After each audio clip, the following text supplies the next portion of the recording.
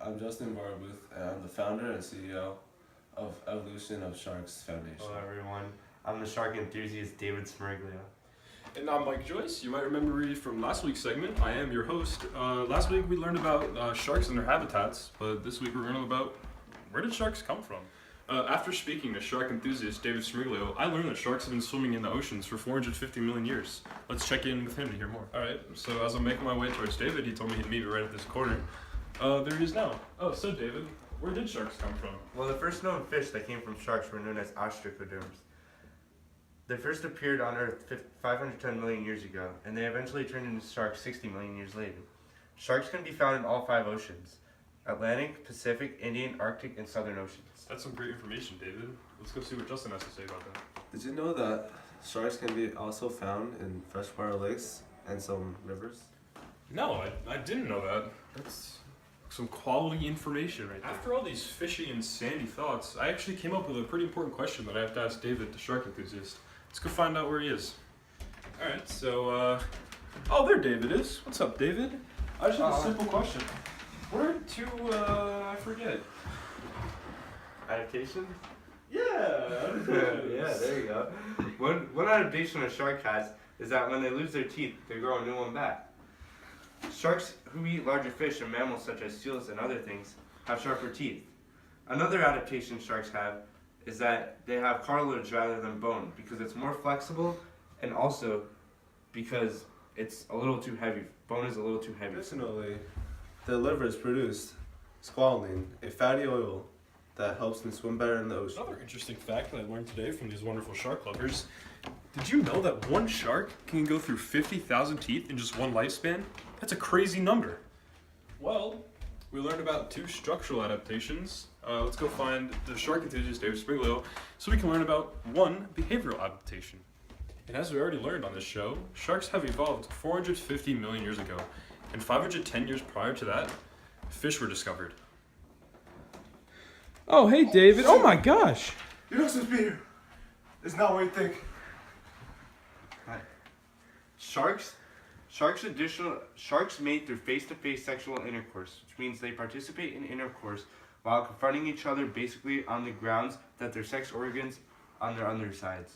Male sharks dominate female sharks by gnawing the female in the pectoral blade and pushing her nose descendingly. As you also have already learned on this episode, sharks have evolved around 450 million years ago. That's a pretty long time ago, but we also learned that fish were discovered 510 million years prior to that. I wonder what Justin has to say about that. Hey, wake up. What? Oh, we're still doing this? These were heavily clad jawless fish known as ostracoderms. Ostracoderms were early ancestors, and after that came the sharks about 455 million years ago. I'm going back to sleep. Let's go here from shark enthusiast David Smirglio on some middle ancestors of these wonderful ocean sea-like creatures. One of their middle ancestors are known as Helicoprion. It's a shark that swam in the Permian oceans around 290 million years before the present time. It's a bizarre shark in that it has a winding dentition. These dentitions, other than squash cartilage, are the mainstays of this shark yet found. Winding dentitions are known from any living shark or whatever other vertebrate creature. Despite the fact that all these sharks are found in all 5 oceans, here's just one of them. It's known as the Atlantic Ocean. They usually swim along the coast of the east coast United States, but they could go as far down as almost like central South America. They will, however, never get so south. So up here you can see around in a very common area is around here in the Caribbean, where you can find, like the Cayman Islands, the Bahamas. Those are all common areas for these sharks to be swimming around. And as I said, they do also go in all these other oceans around here, but the Atlantic is definitely one of the most popular for these species. Alright, so here we have ostracoderms. They go way back. They are one of the first fish species to ever swim in any ocean.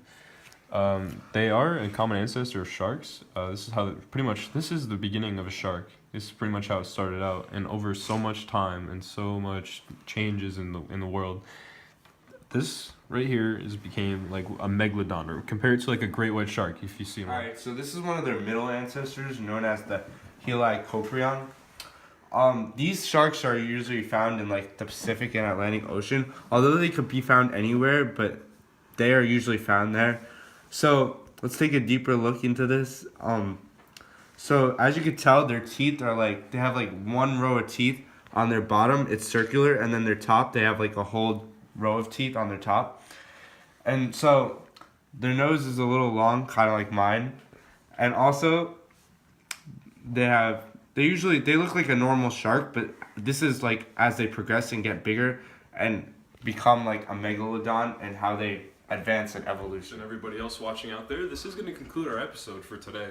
But we will, however, have another episode coming next week. So this has been your very own and favorite host, Michael Joyce. And shark enthusiast, David Smirglia. And your founder and CEO, Justin Varbuth. And that's going to conclude this episode. I mean, we got to let him sleep, you know? And Together, we are the Shark Lovers.